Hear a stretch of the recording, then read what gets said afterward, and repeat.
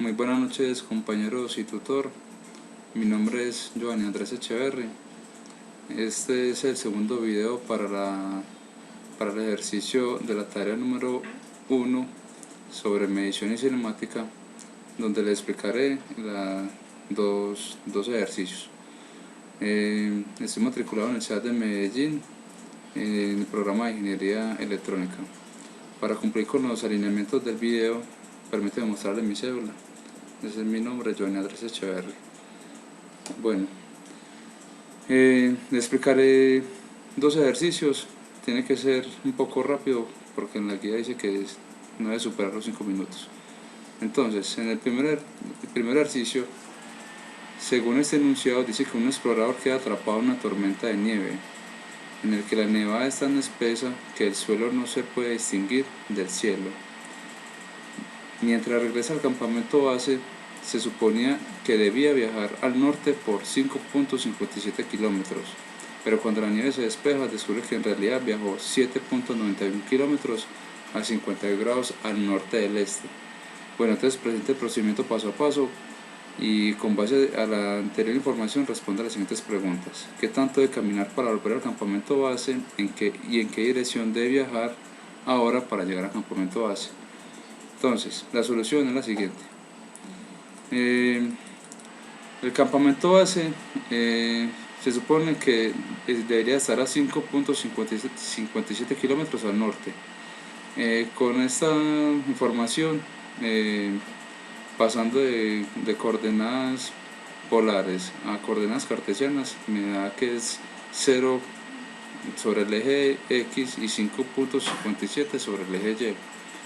Entonces llamaremos ese punto o esa coordenada como coordenada base AB, que es igual a 5.57 kilómetros y a 90 grados. ¿Por qué 90 grados? Porque dice que es con dirección hacia el norte. Entonces, despejando X y Y, decimos que X es igual a 5.57 por coseno de 90, que es igual a 0, y Y es igual a 5.57 por seno de 90, que es igual a 5.57. Entonces, como el explorador vio que llegó a otro punto, entonces en realidad la coordenada en que viajó la vamos a llamar como coordenada BC, que es 7.91 kilómetros a 53 grados al norte del este. Entonces, haciendo la operación matemática, hallamos X y Y, donde X es igual a 4.76 y Y es igual a 6.31 J. Entonces la primera pregunta dice, ¿a qué tanto debe caminar para llegar al campamento base? Entonces tenemos los dos puntos, las dos coordenadas, la AB menos BC, en donde en realidad nos da un valor de 4.76 y 0.74. Utilizando esta fórmula para poder pasar de las coordenadas cartesianas a las coordenadas polares, entonces tenemos que R es igual a raíz cuadrada de X al cuadrado más Y al cuadrado. Reemplazamos los valores y tenemos que es igual en total la raíz cuadrada de 23.19. Al realizar la operación nos da que nos da 4.81. Esos son los kilómetros que debe caminar para llegar al campamento base desde el punto BC. Ahorita les mostraré en la gráfica por GeoGebra. Entonces, ¿y en qué dirección? El ejercicio también dice que en qué dirección. Entonces despejamos con esta fórmula, hallamos el ángulo, que es igual a tangente a la menos 1 sobre Y sobre X, donde nos da 8.81 hacia el suroeste. Tenemos acá el ejercicio, les voy a mostrar directamente por GeoGebra. Entonces tenemos que AB era el punto donde debería haber llegado, donde iba a ir inicialmente el explorador, que es a 0 sobre el eje X y 5.57 sobre el eje Y. pero realmente él caminó hacia el punto que está acá, que tenemos acá, el BC, que es a 4.76 sobre el eje X y 6.31 sobre el eje Y. Ahí ya está pues convertidos en coordenadas cartesianas, pero en polares viene a ser, como dice el ejercicio, en polares nos entregaron que era 7.91 kilómetros a 53 grados hacia el oeste-norte, este-norte. Corroboramos el ejercicio.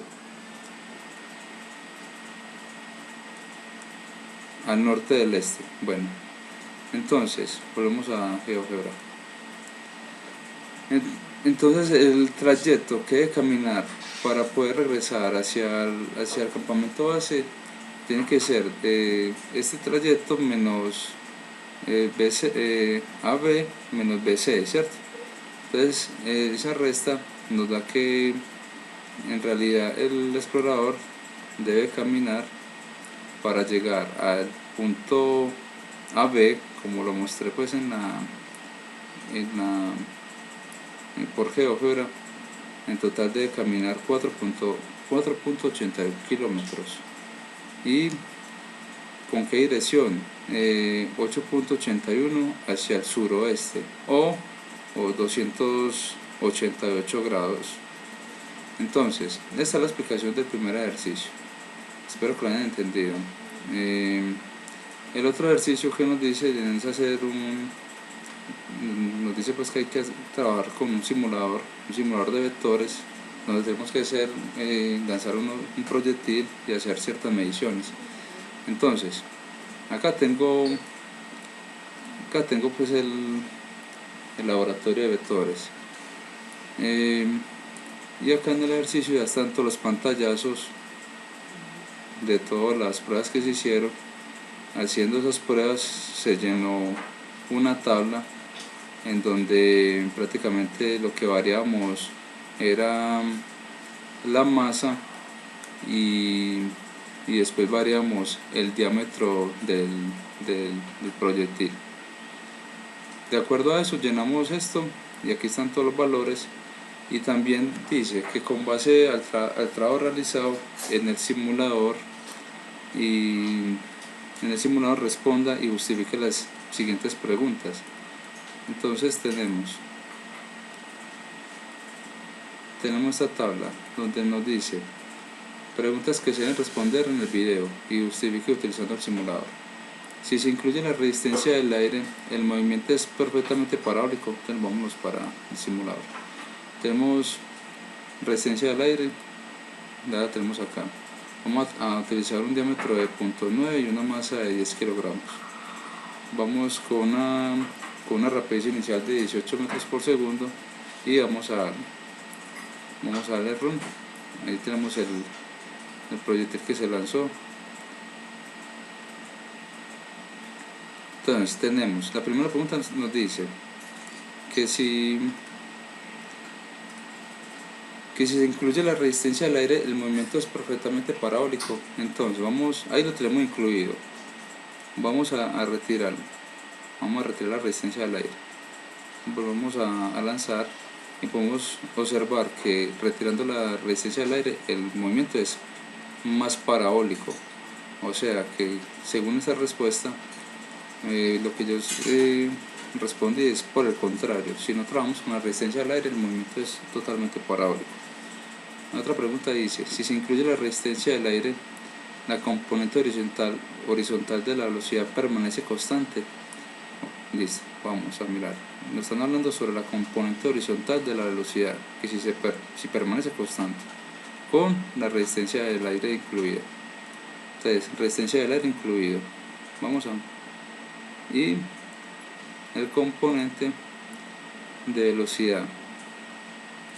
Vamos a darle vector de velocidad. Entonces, disparamos el cañón.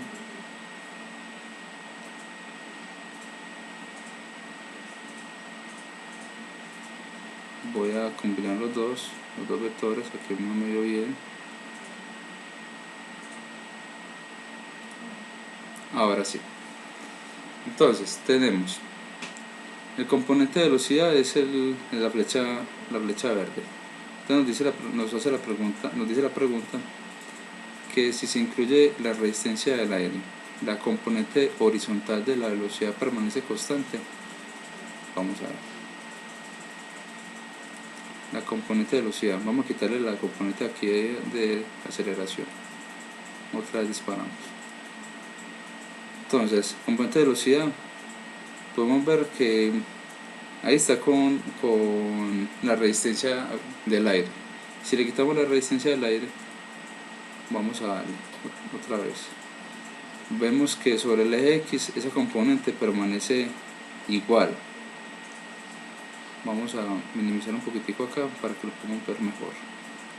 Repitamos, esta componente sobre el eje X, esta verde, vemos que es igual sin la resistencia del aire, pero si seleccionamos con resistencia del aire,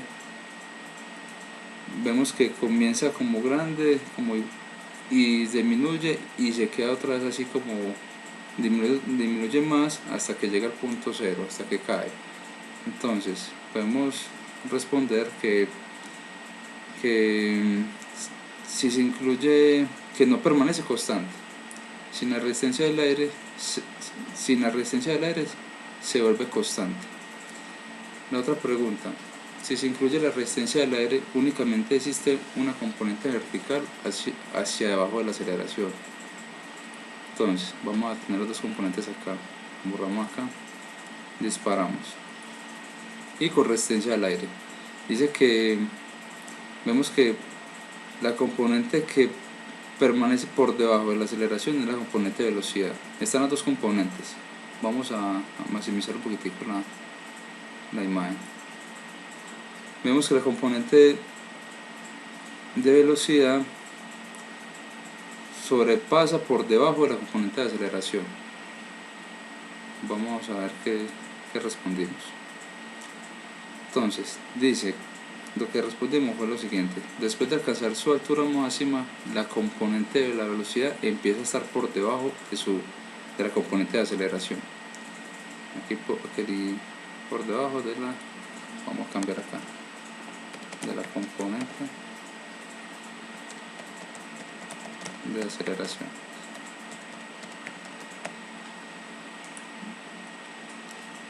Ok, listo.